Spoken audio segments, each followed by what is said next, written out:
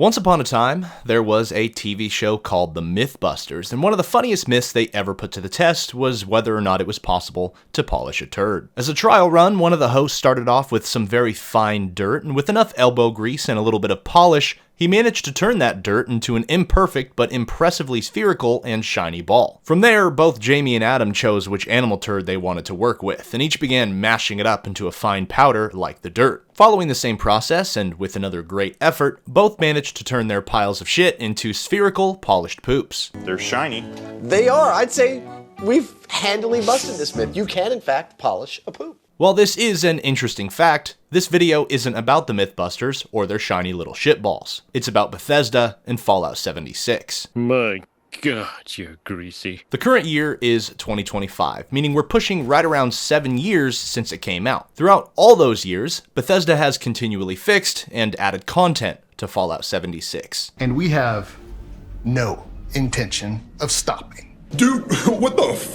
Why are you f***ing here, man? You're so old. Where's your wife? Go home to your family, dude. Meanwhile, I have continued to trash it without mercy, and recently I decided that it had been long enough. I thought that there seems to be a decent amount of goodwill surrounding the game now, and a number of updates have added things that made me want to give 76 another go. So I figured, why the hell not? Considering that I'm currently going through and reviewing the series, I might as well bite the bullet and talk about the black sheep of the family. My initial intention was to do a long-form 2-part review series on Fallout 76, like I have with Fallout 3 and 4, where I made the first video about the base game and the second to cover the DLC content that came after launch. What I didn't realize until I started was that I'd basically be raw dogging this experience, and I wouldn't be doing any of the new stuff that was added until long after the game came out, and in turn, that makes all of the game's flaws 10 times more apparent. After walking right out of Vault 76 at level 1 all the way up until I got to like the level 45 range, I had this ever-growing thought in the back of my mind that I was disliking Fallout 76 more and more as I continued to play it. For me, it very quickly became a miserable experience. It's so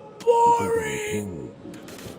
You see, I have written a 22-page script discussing in great detail about every aspect of this game that I felt was a downgrade from literally every other Fallout game in the Bethesda catalog. I literally do not have a single positive thing to say about it. As I've been going through the process of writing this script, I've been playing Rainbow Six Siege with some of my closest buddies and telling them about how terrible of a game Fallout 76 still is. And one night during a session of R6, my friend Devin asked me a question that totally changed my mindset on my review. He simply said, if the game is that terrible, why would you dedicate more of your time to something that you strongly dislike? I didn't even really have a response to that. Him saying that just sort of made it click in my head that I do, in fact, have free will. Despite putting so much effort into writing a script, that weight of not wanting to touch this game anymore had become overwhelming, and I began to fear that if I had embarked on this journey of taking weeks to create content about Fallout 76, that it would be a miserable experience, and a lot of time wasted on top of that if I had chosen to stop working on it during production. I think having a feeling like that about a video I haven't even begun to fully work on is a really bad omen, so I've come to the conclusion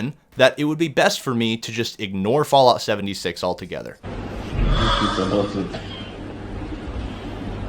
Please. The fact that I have absolutely not a single positive thing to say only made me not want to make the video even more, and honestly, I feel like it speaks even louder to my opinions on the game to not want to talk about it, especially when I've talked about other games that I didn't like on the channel, like The Last of Us Part 2, and when I finished that game, I had to talk about it. I had so much that I wanted to say. In my opinion, there was a lot more to criticize than praise, and yet I was still able to enjoy the game somewhat. I keep hearing about how good Fallout 76 is from people in my own comment section about how this game is turned around, and I even see videos popping up every now and again from other creators parodying this same sentiment. Everything that was added post-launch are content updates, and while they are an improvement over the core game, they are still very much attached to it. Being a quote-unquote improvement over the base game is not a very high bar to meet, let alone beat, and you can't say that a game is good when the entire game is marred by technical issues that still somehow exist 7 years into a live service, and how the main game is as boring and forgettable as it is. I mentioned the Mythbusters a minute ago because I think it's the perfect allegory to describe Fallout 76's situation. No matter which way you look at it, at its very core, 76 is a ball of shit. You can do what Jamie and Adam clearly were successful in doing by smoothing out the edges and polishing a literal turd ball, and you can get as much shine on that baby as possible. But the one thing that never changes is that it's still a fucking ball of turd. It's funny because Adam, despite filming that episode like over a decade ago, still owns and is still very proud